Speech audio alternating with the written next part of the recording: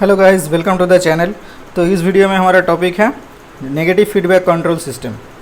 तो negative feedback control system क्या है? ये एक हमारा होम्योस्टैटिक मैकेनिज़्म, जो बॉडी में होम्योस्टैटिक मैकेनिज़्म होता है उसके 3 कंट्रोल सिस्टम में से एक सिस्टम है नेगेटिव फीडबैक कंट्रोल सिस्टम। तो प्रीवियस वीडियो में हम देखे थे होम्योस्टेसिस का इंट्रोडक्शन पार्ट। अभी उसका जो 3 कंट्रोल सिस्टम है उसको एक एक वीडियो में डिटेल्स में एक एक करके डिस्कस करेंगे।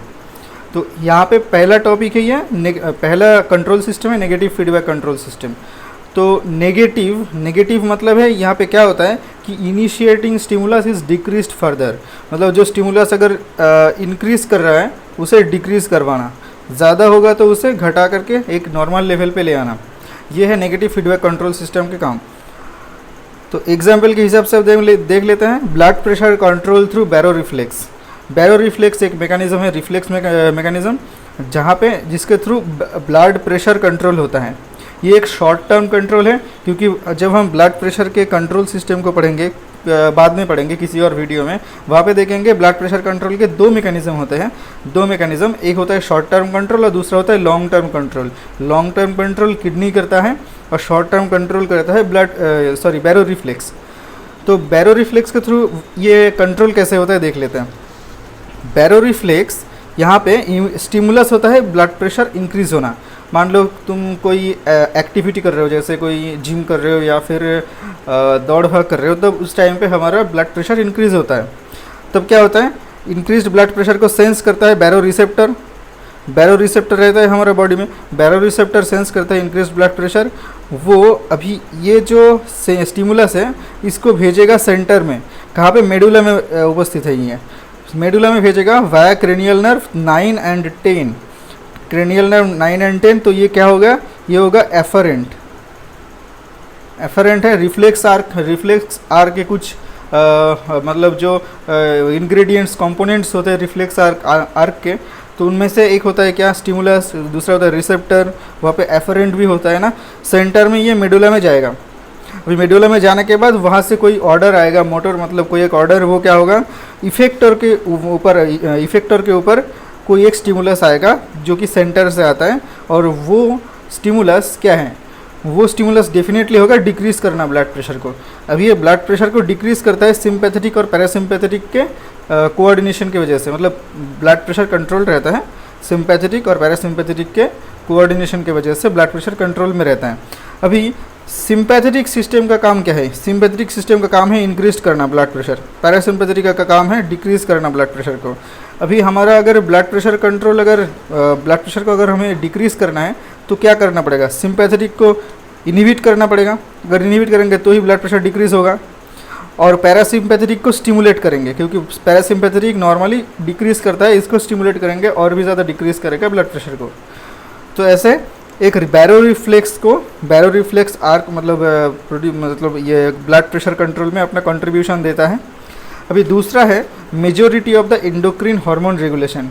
ये सबसे बड़ा इंपॉर्टेंट एग्जांपल है majority of the endocrine. Majority क्यों लिखा है, क्योंकि कुछ सिचुएशन आते हैं जहाँ पे endocrine hormone regulation negative feedback के थ्रू काम नहीं करता है, लेकिन हाँ majority of the endocrine hormone का रेगुलेशन नेगेटिव फीडबैक के थ्रू होता है।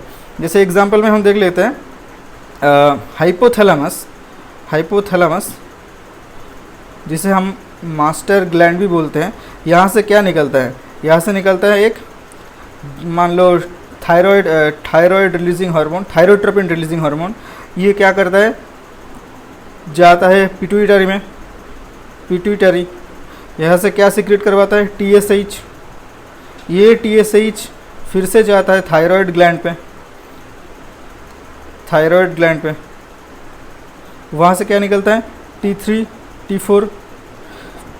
अभी अगर ये T3 T4 अगर ज़्यादा हो गया तो ये क्या करेगा, ये नेगेटिव फीडबैक देगा यहाँ पे TSH पे नेगेटिव फीडबैक, और साथ साथ ही यहाँ पे TRH पे भी देगा। मतलब हाइपोथैलेमस में, एक तो पिट्यूटरी में देगा और एक हाइपोथैलेमस में देगा, इनहिबिट नेगेटिव फीडबैक करने का, नेगेटिव फीडबैक स्टिमुलस देगा, जिसकी वजह से इसका लेवल भी डिक्रीज़ होगा, इसका लेवल भी डिक्रीज़ होगा, TSH का लेवल भी डिक्रीज़ होगा। उसके बाद इसका लेवल एक नॉर्मल रेंज में रहेगा, T3 T4 का वैल्यू। ठीक है, ये हो गया एंडोक्रिन हार्मोन का रेगुलेशन में नेगेटिव फीडबैक में कंट्रोल कैसे काम करता है। तो बैरो रिफ्लेक्स में हम देखें कि ये स्टिमुलस जो है यहाँ पे कुछ कंपोनेंट्स देखे रिफ्लेक्स के। तो उस रिफ्लेक्स के कुछ कंपोनेंट्स में से क्या क्या था, एक था स्टिमुलस था जो कि बीपी इंक्रीज होना, वही एक स्टिमुलस है। दूसरा था रिसेप्टर, तीसरा था सेंटर, चौथा इफेक्टर ऑर्गन और फिफ्थ था रिस्पॉन्स। ये 5 कंपोनेंट्स होते हैं इंटीग्रल कंपोनेंट्स ऑफ नेगेटिव, मतलब कोई एक रिफ्लेक्स के। अभी ये जो नेगेटिव फीडबैक जो कंट्रोल सिस्टम ये कितना इफ़ेक्टिवली काम किया है, इसको हम कौन से पैरामीटर से मेजर करते हैं, वो होते हैं गेन। जो degree of effectiveness is assessed by gain. Okay, तो गेन क्या है, करेक्शन बाय एरर। तो करेक्शन बाय एरर मतलब यहाँ पे क्या है, एग्जाम्पल के तौर से हम देख लेते हैं। एग्जाम्पल, मान लो हमारा नॉर्मल बीपी है 120 mmHg सिस्टोलिक बीपी, ठीक है, सिस्टोलिक बीपी। एक्सरसाइज करने के बाद ये क्या हो गया, 180 में पहुंच गया सपोज। और जब हम रेस्ट किए कुछ मिनट बाद बैरो रिफ्लेक्स काम किया, बैरो रिफ्लेक्स, उसके बाद क्या हुआ, बीपी हो गया 150 mmHg, डाउन होके mmHg, क्योंकि ये बैरो रिफ्लेक्स नेगेटिव फीडबैक के थ्रू काम करता है। तो बैरो रिफ्लेक्स काम करने के बाद 120 पे नहीं आया, 150 mmHg में आया। अभी यहाँ पे देखना है कि ये जो नेगेटिव फीडबैक कंट्रोल सिस्टम काम किया, इसके वजह से कितना इसका इफेक्टिवनेस हुआ, इसका इफेक्टिवनेस कितना है। तो इफेक्टिवनेस अब हम मेज़र करते हैं गेन से। Gain equals to correction by error. अभी करेक्शन कितना है, करेक्शन कितना हुआ, 180 से 150 में लिया, 180 से माइनस 150 में लिया। अभी भी हमारा जो एरर कितना रिमेनिंग है, 120 में लेना था, लेकिन 150 में लिया, तो 150 माइनस 120 है एरर रिमेनिंग, तो 30/30 इक्वल्स टू कितना होता है, 1। अभी क्योंकि ये नेगेटिव फीडबैक कंट्रोल है तो इसमें हम आगे एक माइनस साइन देंगे, नेगेटिव साइन, तो इस पे यहाँ पे गेन है -1, ठीक है। तो यहाँ पे ये जो गेन है, देखो बैरो रिफ्लेक्स कम्प्लीटली हमारा बीपी 120 पे नहीं ले जा रहा है। एक सिस्टम है, हम बोले थे बीपी का शॉर्ट टर्म कंट्रोल और लॉन्ग टर्म कंट्रोल है। लॉन्ग टर्म कंट्रोल करता है किडनी, तो वहाँ पे क्या होता है ना, ये एरर होगा, एरर 0 होता है। 0 कब होगा, देखो 120 में अगर ले जाएगा तो 150 से अगर 120 में ले जाएगा तो अगर 120 माइनस 120 होगा तब एरर कितना रिमेनिंग होगा, 120 माइनस 120 हो जाएगा, तो इक्वल्स टू 0 हो जाएगा। समथिंग बाय 0 इक्वल्स टू कितना होता है, इनफाइनाइट। इनफाइनाइट मतलब क्या है, अगर ये हमारा नीचे जो डिनोमिनेटर है ये अगर 0 हो जाता है तो गेन होता है तब इनफाइनाइट। और ये काम करता है किडनी कैसे काम करता है, वो किडनी हमारा ब्लड प्रेशर कैसे घटाता है 120 में, बाय इंक्रीजिंग यूरिन आउटपुट।